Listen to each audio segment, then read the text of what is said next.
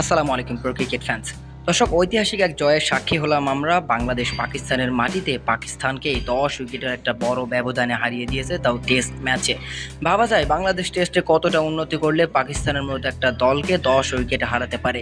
হ্যাঁ দর্শক, এটাই সত্যি এবং এটাই ঘটেছে আজকে পাকিস্তানের বিপক্ষে।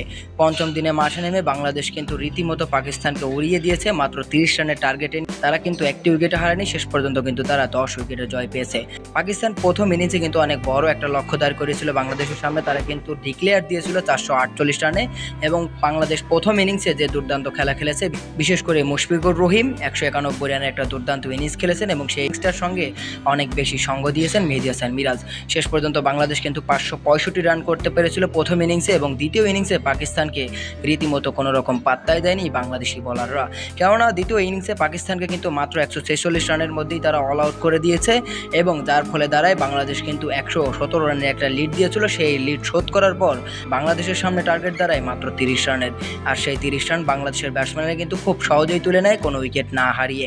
তাই তো এই ঐতিহাসিক জয়, বাংলাদেশ পাকিস্তানকে 10 উইকেটের একটা বড় ব্যবধানে হারিয়েছে। তো পাকিস্তানের ঘরের মাঠে আমাদের বাংলাদেশ।